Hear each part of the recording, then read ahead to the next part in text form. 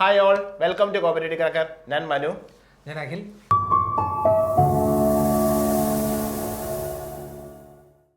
So നമ്മളിന്ന് വന്നേക്കുന്നത് HSST എക്കണോമിക്സിനെ പറ്റി പറയാനാണ്. അപ്പോൾ എല്ലാവരും HSS സോഷ്യൽ സയൻസ് എക്സാം ഇങ്ങനെ പ്രിപ്പയർ ആയിക്കൊണ്ടിരിക്കുന്നവരായിരിക്കും. ഒപ്പം തന്നെ എന്താണ് HSST എക്സാം കൂടി ചെറിയ പഠിച്ചു തുടങ്ങിയാൽ നമുക്ക് അത്രയും വേഗത്തിൽ അത് കവർ ചെയ്യാൻ പറ്റും. കാരണം എനിക്ക് തോന്നുന്നു ഒരുപാട് ഇൻ്റർസെക്ഷൻ ടോപ്പിക്സ് വരുന്നതാണ് എക്കണോമിക്സിൽ. അപ്പോൾ അതും ഒരു ഈക്വൽ ഇമ്പോർട്ടൻസ് കൊടുത്ത് പഠിച്ചു തുടങ്ങുക. അപ്പോൾ നമ്മളിപ്പോൾ നമ്മുടെ കയ്യിൽ സിലബസ് ഉണ്ട്. അപ്പോൾ സാറ് സിലബസ് കണ്ടിട്ട് സാറിന് എന്ത് തോന്നുന്നു?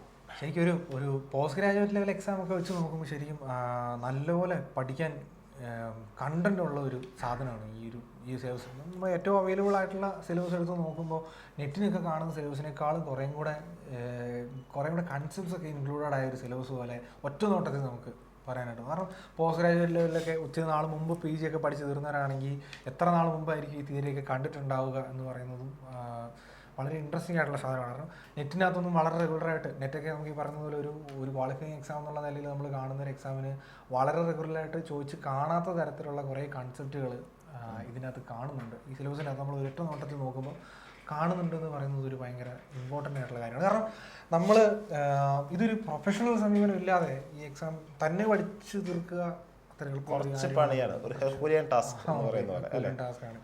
കാരണം ഇത് നമ്മളീ പറയുന്ന പോലെ ഇത്രയും വലിയൊരു സിലബസ് നമ്മളിതൊന്ന് ഡിവൈഡ് ചെയ്ത് എത്ര നാളുകൊണ്ടായിരിക്കും പഠിച്ചു തീർക്കാൻ നമ്മൾ ഉദ്ദേശിക്കുന്നത്. അപ്പം ശരിക്കും നമുക്കൊരു നല്ല സ്റ്റഡി പ്ലാൻ്റെ ആവശ്യമുണ്ട്, ഒരു നല്ല ഗൈഡിൻ്റെ ആവശ്യമുണ്ട്.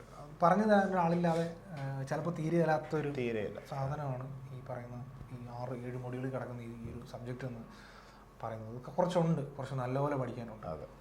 അപ്പോൾ മൊത്തം 7 മൊഡ്യൂളാണ് എക്കണോമിക്സ് ഉള്ളത്. ഒരു മൊഡ്യൂളിന് 10 മാർക്ക് വെച്ച് മൊത്തം 70 മാർക്ക് എക്കണോമിക്സും ബാക്കി 30 മാർക്ക് എന്താണ് ജനറൽ പേപ്പറാണ്. അതായത് ടീച്ചിങ് ആപ്റ്റിറ്റ്യൂഡ്, റിസർച്ച് ആപ്റ്റിറ്റ്യൂഡ് പോലത്തെ ടോപ്പിക്സും ഒപ്പം തന്നെ GK കറണ്ട് അഫയേഴ്സ് എല്ലാം വരുന്ന ഒരു ടോപ്പിക്കും. അപ്പോൾ ഈ എക്കണോമിക്സിലേക്ക് വരികയാണെങ്കിൽ നമുക്ക് പറഞ്ഞു 7 മൊഡ്യൂളാണ് ഉള്ളത്. മൊത്തം ഫസ്റ്റ് മൊഡ്യൂളാണ് മൈക്രോ എക്കണോമിക്സ് ആണ്. എനിക്ക് തോന്നുന്നു ഡിഗ്രി ടോപ്പിക്സ് കുറച്ച് കുറവാണ്, ഭയങ്കര കുറവാണ്. ഞാൻ നോക്കുവാണ് സാധാരണ രീതിയിൽ ഒരു മൈക്രോയുടെ ക്വസ്റ്റ്യൻ ഒരു സിലബസ് നമ്മൾ എവിടെ എടുത്ത് നോക്കിയാലും ആദ്യം കാണുന്നത് consumer theory, law of demand. ഇത് അവരതൊക്കെ സ്കിപ്പ് ചെയ്തിട്ട് നേരെ recent development in demand theory എന്ന് പറഞ്ഞാണ് തുടങ്ങിയിരിക്കുന്നത്. ഒരു പ്രാഗ്മാറ്റിക് അപ്രോച്ച് പോലുള്ള സാധനം ഇവർക്ക് വേണ്ടുന്നുള്ളൂ. അല്ലാതെ ഒരു സാധാരണ ഡിമാൻഡിനെ അഫക്റ്റ് ചെയ്യുന്ന ഫാക്ടേഴ്സ് എന്താണ്, അല്ലെങ്കിൽ ഡിമാൻഡ് തിയറി വർക്ക് ചെയ്യാത്ത സാഹചര്യങ്ങൾ, ഇത് കുഞ്ഞു സാധനങ്ങളൊക്കെ ഇവർ സ്കിപ്പ് അടിച്ച് വിട്ടിട്ട് നേരെ ഒരു പ്രാഗ്മാറ്റിക് ഡിമാൻഡ് അപ്രോച്ചിലോട്ട് അല്ലെങ്കിൽ കോൺസ്റ്റന്റ് ഇലാസ്റ്റിസിറ്റി ഡിമാൻഡ് ഫംഗ്ഷനിലോട്ടൊക്കെ നേരെ ഇറങ്ങി വന്നിട്ടുണ്ട്. മാത്രമല്ല ഈ നെർലോവിൻ്റെ മോഡൽ, ഓട്ടോക്കറുടെ മോഡലൊക്കെ എത്രയിടത്ത് നമ്മൾ കണ്ടിട്ടുണ്ട്. വളരെ ചുരുക്കം സാഹചര്യം റയറായിട്ട് മാത്രം കാണുന്നത്. റെഗുലറായിട്ട് ഈ നെറ്റൊക്കെ എഴുതുന്ന ആൾക്കാരെ പോലും ഓർത്തിരിക്കാൻ സാധ്യതയുള്ള മോഡൽസാണ്. അത് കാരണം ഈ കഴിഞ്ഞ കുറച്ചാളിടയ്ക്കൊക്കെ നോക്കിക്കഴിഞ്ഞാൽ ക്വസ്റ്റ്യൻ പേപ്പേഴ്സിലൊന്നും അങ്ങനെ കണ്ടിട്ടുള്ളൊരു മോഡലല്ലല്ലോ നെർലോവിൻ്റെ മോഡൽ. പിന്നെ എല്ലായിടത്തും കാണുന്ന ഒരു ടോപ്പിക്ക് നമുക്ക് കാണാൻ പറ്റുന്ന മാർക്കറ്റ് സ്ട്രക്ചർ. അത് എല്ലായിടത്തും കാണുന്ന അത്രയും കോമൺ ടോപ്പിക്.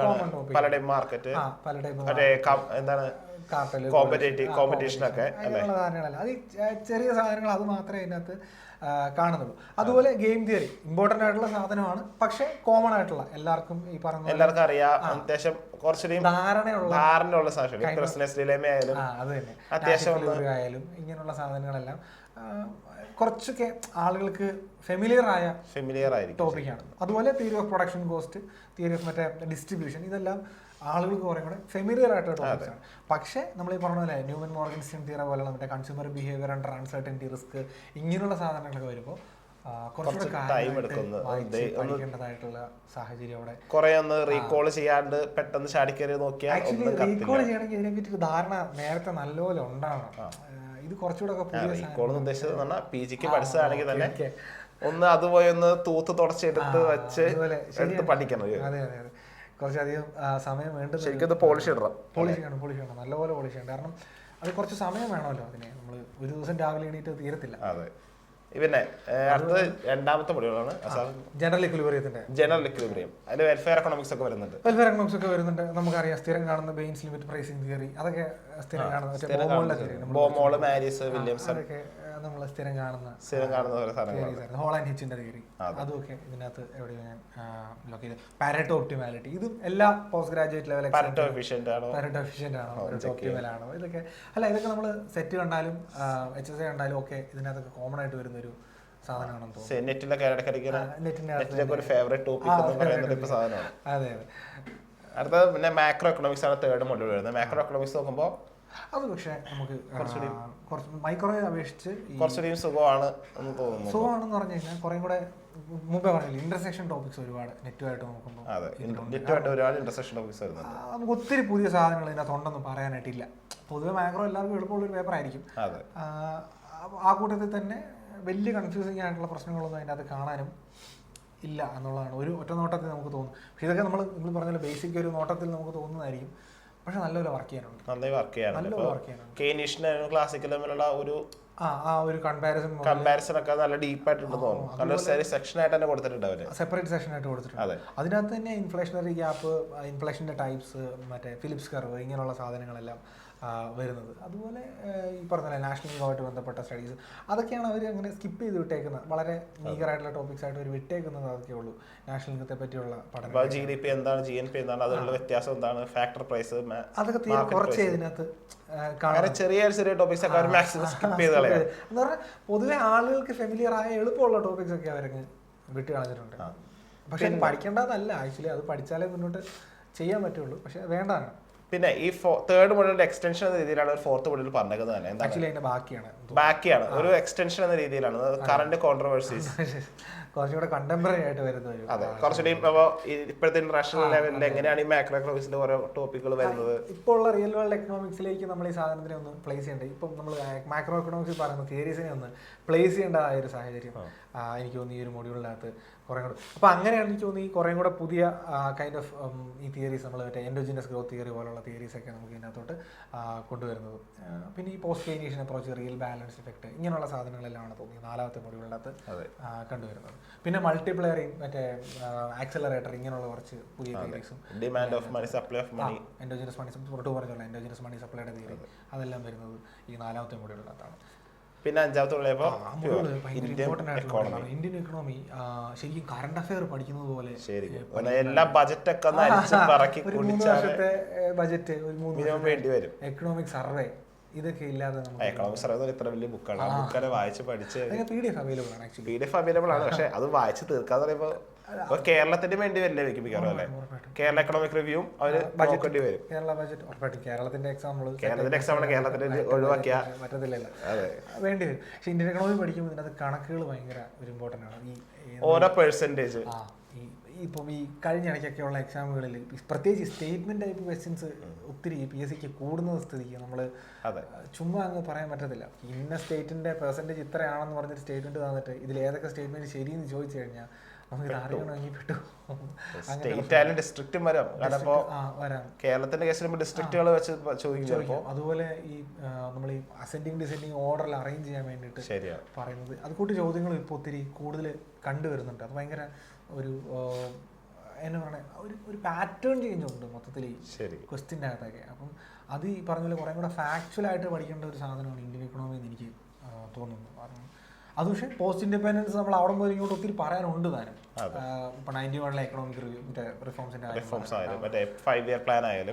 നീതി ആയോഗ് ആയാലും GST ആയാലും ഒത്തിരി ഈ പറഞ്ഞ കുറെ ആൾക്കാരെ പറ്റി പഠിക്കാൻ വരും. ഹെലോ ഓഫീസ് ആയാലും പിന്നെ ഫസ്റ്റ് 5 ഇയർ പ്ലാൻ ഇൻട്രൊഡ്യൂസ് ചെയ്ത ആളായാലും പിന്നെ വരുമ്പോ എന്താണ് ആറാമത്തെ ഉണ്ട് physical, financial and external factors. അത് ശരിക്കും ഇപ്പൊ നമ്മൾ ഈ പറഞ്ഞ ഇന്ത്യൻ എക്കണോമിയുടെ ഒരു എക്സ്റ്റൻഷൻ പോലെ പറയാം. കാരണം നമ്മുടെ ഫിസിക്കൽ ഡെഫിസിറ്റ് എന്താണ്, നമ്മുടെ റവന്യൂ ഡെഫിസിറ്റ് എന്താണ്, നമുക്ക് എവിടെ നിന്നൊക്കെയാണ് റവന്യൂ വരുന്നത്, അല്ലെങ്കിൽ നമ്മുടെ ബജറ്റ് എങ്ങനെയാണ്, ഇങ്ങനെയുള്ള കുറേ കാര്യങ്ങളൊക്കെ അതിനകത്ത് ഇൻക്ലൂഡ് ആണ്. നമ്മുടെ പോളിസീസ് എങ്ങനെയാണ് ഫോറിൻ എക്സ്ചേഞ്ചുമായിട്ട് ബന്ധപ്പെട്ട്, എക്സ്പോർട്ടുമായിട്ട് ഇമ്പോർട്ടുമായിട്ട് ബന്ധപ്പെട്ട്.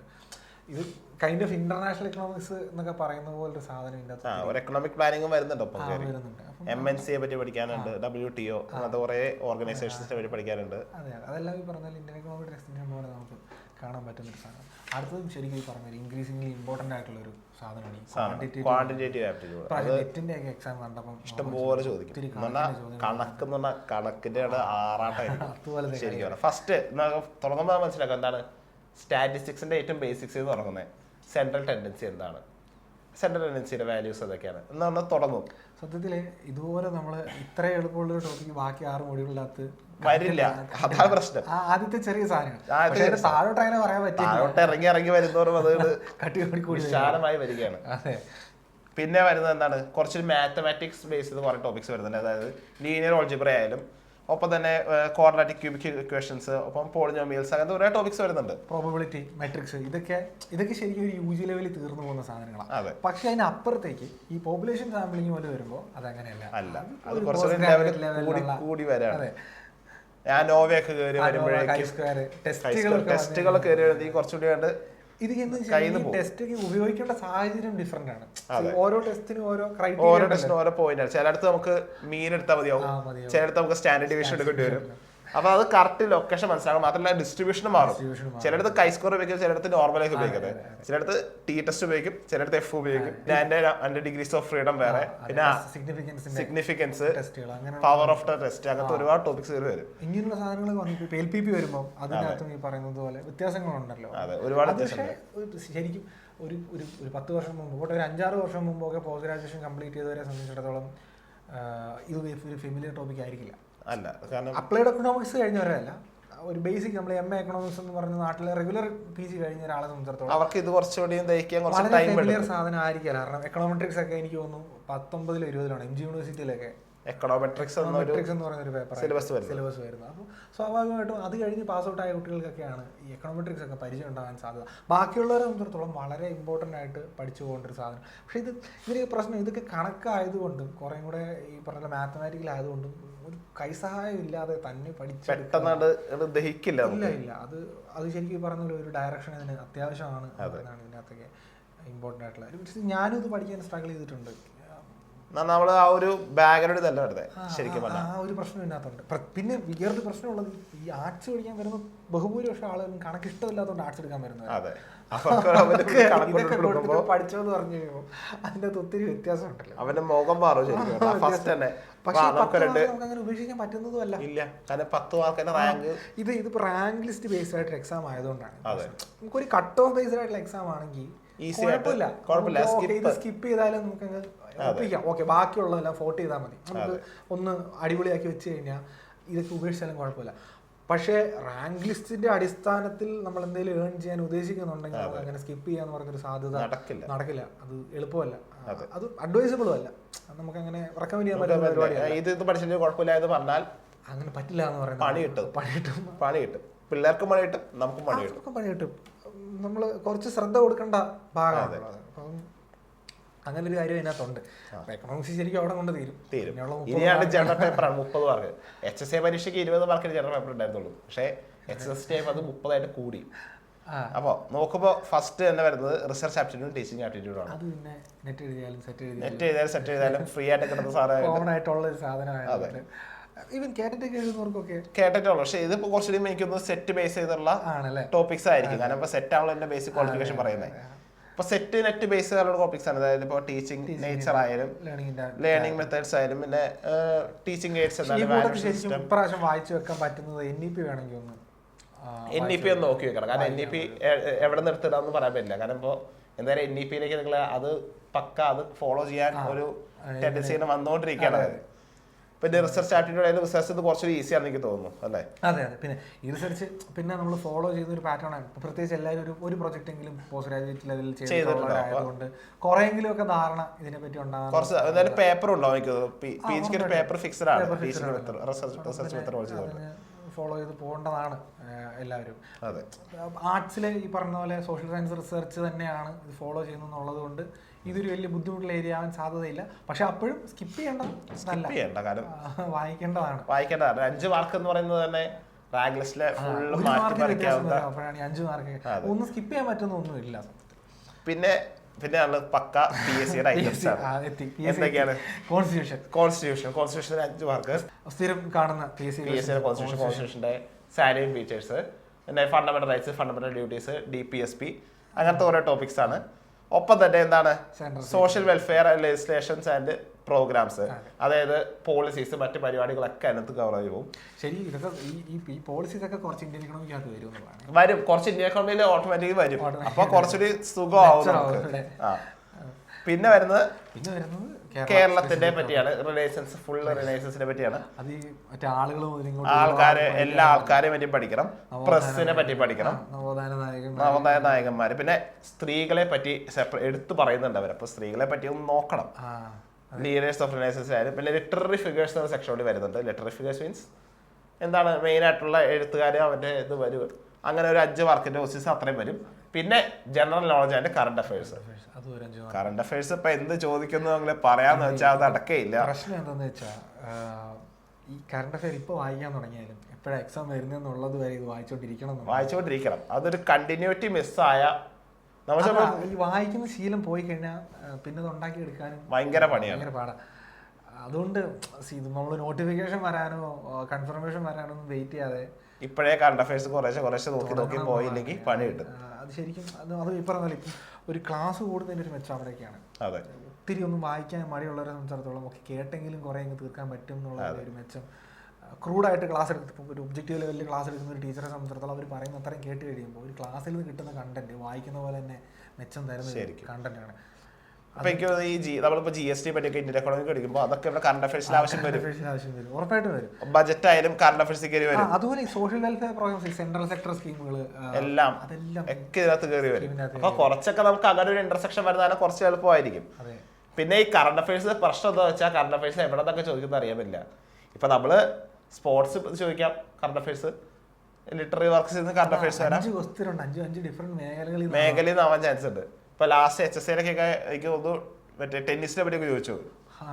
അപ്പോൾ അങ്ങനെ എന്ത് മേഖലയിൽ നിന്ന് വളരെ കറണ്ട് അഫയേഴ്സ് വരാം. അപ്പൊ എല്ലാ മേഖലയും പക്കയായിട്ട് കവർ ചെയ്ത് പോയില്ലെങ്കിൽ പണി കിട്ടും. കാരണം അത്രയും ഫോക്കസ് ചെയ്ത് വരുന്നത് ഈ ഫുൾ ടോപ്പിക്സും കവർ ചെയ്ത് പഠിച്ചു തീർക്കാൻ.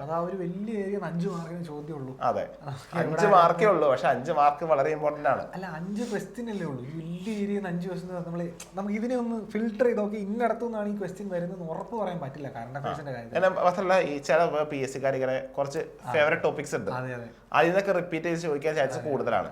അപ്പൊ ആ ഒരു കാര്യം നോട്ട് ചെയ്ത് വെച്ചാൽ കുറച്ചൊക്കെ മെച്ചപ്പെടുത്താം. മാത്രമല്ല ഈ സിലബസ് മാത്രം നോക്കിയിട്ട് കാര്യമില്ല, PG ലെവൽ എല്ലാ ടോപ്പിക്സും അത്യാവശ്യം കവർ ചെയ്ത് പോയാൽ മാത്രമേ നമുക്ക് നല്ലൊരു മാർക്ക് കിട്ടാൻ ചാൻസ് ഉള്ളൂ. അപ്പൊ നല്ലൊരു മാർക്ക് കിട്ടിയാൽ മാത്രമേ എന്താണ് റാങ്ക് ലിസ്റ്റ് ഏറ്റവും ടോപ്പിലെത്തിയാലേ ഇപ്പൊ പ്ലേസ്മെന്റ് പ്രശ്നങ്ങൾ ഫസ്റ്റ് ടോപ്പ് എന്ന് പറഞ്ഞ ഒരു അണ്ടർ 100 കിട്ടിയാൽ സെറ്റായി. അത്രയും കയറി പോകണമെന്ന് പോലും പറയുന്നില്ലേ, എന്തേരെ കുറഞ്ഞ റാങ്ക് കിട്ടാമോ അത്രയും. അതെ, മാക്സിമം നല്ല റാങ്ക് മേടിക്കാൻ ശ്രമിക്കുക. അപ്പോൾ ഇത്രയും നല്ലൊരു റാങ്ക് മേടിക്കാൻ ഈ HSST സിലബസ് ഫുള്ളും കവർ ചെയ്ത് പഠിക്കണം. അപ്പോൾ HSST ഫുൾ സിലബസ് കവർ ചെയ്ത് പഠിപ്പിക്കാൻ വേണ്ടി കോമ്പറ്റേറ്റീവ് ക്രാക്കറിൽ ഒരു ലോങ് ടൈം ബാച്ച് സ്റ്റാർട്ട് ചെയ്തിട്ടുണ്ട്. സോ ബാച്ചിനെ പറ്റി കൂടുതൽ ഡീറ്റെയിൽസ് അറിയാനും മറ്റും വേണ്ടി താഴെ അതിൽ ലിങ്കിൽ രജിസ്റ്റർ ചെയ്യുക. ഒപ്പം നമുക്ക് ഒന്നിച്ച് പഠിച്ചു തീർക്കാം കേട്ടോ. നല്ല അടിപൊളി സിലബസാണ്. ഈ സിലബസ് ഫുള്ളും പഠിക്കാൻ ഞങ്ങളൊക്കെ ഉണ്ടാവും. അപ്പോൾ എല്ലാവരും ഫുൾ സപ്പോർട്ടാണ് നിങ്ങൾക്ക് ഉണ്ടാകും. ഒപ്പം തന്നെ ഇതിനെ പറ്റി ഡീറ്റെയിൽസിന് വേണ്ടി ഫ്രീ ഗ്രൂപ്പിൻ്റെ ലിങ്കും താഴെ പിൻ ചെയ്തിട്ടുണ്ട്, അതുകൂടി നിങ്ങൾ നോക്കുക കേട്ടല്ലോ. അപ്പോൾ എല്ലാവർക്കും ഒരു ഓൾ ദ ബെസ്റ്റ് പറഞ്ഞ് ഫൈൻഡപ്പ് ചെയ്യാം അല്ലേ സാറേ. അപ്പോൾ എല്ലാവരും HSST പ്രിപ്പയർ ചെയ്ത എല്ലാവർക്കും ഓൾ ദ ബെസ്റ്റ്.